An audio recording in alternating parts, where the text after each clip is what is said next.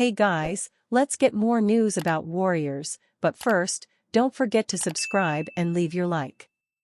Lakers trade pitch swaps LeBron James for rising Warriors star, draft haul. The Los Angeles Lakers didn't go all in on a blockbuster trade or free agency signing this summer to maximize whatever championship window remains of LeBron James' tenure, which opens a path for the franchise to hit the reset button. James re-upped with the Lakers on a 2-year deal worth $101 million this summer, which includes a no-trade clause and a player option in 2025 to 26. Thus, he could nix any deal and choose to stay in LA to play with his eldest son, Bronny James, who the Lakers selected in the second round of the 2024 NBA draft. However, James turns 40 in December and remains 2 rings shy of Michael Jordan, whom some may argue he continues chasing in the conversation as the greatest player in history. The Lakers have been the number 7 seed in the Western Conference in each of the past 3 years, exiting in the first round twice. The team is over the salary cap and in the luxury tax, with minimal avenues toward meaningfully improving this summer and/or ahead of the February 2025 trade deadline. It has D'Angelo Russell's salary, $19 million, and 2 first-round picks, 2029, 2031, to make a deal, but that may not be enough to wrangle a true third star to play alongside James and Anthony Davis. James could live out his dream of playing with his son in the preseason/early in the year, then go chasing a 5th championship with the Golden State Warriors ahead of the deadline, secure in the notion that he helped his son land a 4-year NBA contract worth $8 million. Meanwhile, the Warriors have 3 first-rounders and a rising star in Jonathan Kuminga they can package together that helps the Dubs compete for a title, while aiding the Lakers in a competitive rebuild centered around Davis. Golden State has been active in free agency this summer after losing Klay Thompson to the Dallas Mavericks and continue to pursue 7-footer and former All-Star Lauri Markkanen of the Utah Jazz. Shams Charania of The Athletic reported on July 15 talks between the Warriors and the Jazz that involved Moses Moody, first-round picks, second-round picks, and first-round pick swaps from the Dubs side. Utah countered with a similar package of draft assets and Moody, but also asked for Kuminga and Brandon Podziemski. Charania added that Golden State viewed that proposal as a non-starter. As such, something in between seems the likeliest outcome should a deal get done, most likely an agreement centered around the aforementioned draft assets as well as either Kuminga or Podziemski, though not both, with Moody perhaps included as part of the return.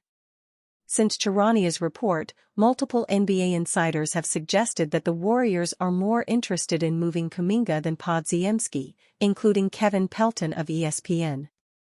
It seems a little more likely to me the Warriors would move Kuminga than Podziemski, just in terms of how the Warriors would value him relative to how Utah would value him, Pelton said during On the Low Post podcast on July 15. The other thing worth considering on this trade is the financial implications down the line. If Markkanen gets that huge raise, and it's Kuminga that stays instead of Podziemski, he also gets an enormous raise coming off his rookie contract. Insider says Warriors are still in the mix to land star. The Golden State Warriors are going through a transition period with the team losing star guard Klay Thompson in NBA free agency after he decided to sign with the Dallas Mavericks to join forces with Luka Doncic and Kyrie Irving in Texas. Once Thompson officially decided to leave the team that drafted him, the consensus seemed to be that the championship window for the iconic Warriors, led by superstar Stephen Curry, had officially closed, especially with teams in the Western Conference only getting better and better. Although the Warriors lost one of their key players to their 4 championships in this Curry era, Golden State might be able to pull off a blockbuster trade that would immediately put this team back in the title contender conversation in the West. Despite rumors dying down recently about Lauri Markkanen and the Utah Jazz potentially moving him before next season, Zach Lowe of ESPN claims that Golden State is still in the mix to trade for the talented forward via GSW Ball Report. I think the Warriors are still in the mix for a Lauri Markkanen trade, Lowe said. Along with the Warriors reportedly still being in the mix to trade for Markkanen, the San Antonio Spurs have been rumored to be a trade suitor for the Jazz star as well. This will almost certainly come down to which team is willing to give up the most for Markkanen, as he's viewed as a game-changer and will demand a sizable trade package.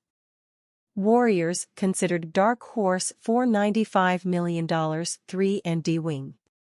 Even after all the help that they added, the Golden State Warriors are looking for more. While they've been linked to Lauri Markkanen, another player has been mentioned as a target, Cameron Johnson. The New York Post's Brian Lewis reported that the Warriors are among the teams considered to be a dark horse for the Brooklyn Nets wing. While the Kings, Magic, and Lakers are interested, one recent report claimed the Spurs, Raptors or Warriors could be a dark horse, Lewis wrote in a July 22 story. The Nets acquired Johnson in 2023 in exchange for Kevin Durant. Johnson has established himself as a solid wing defender.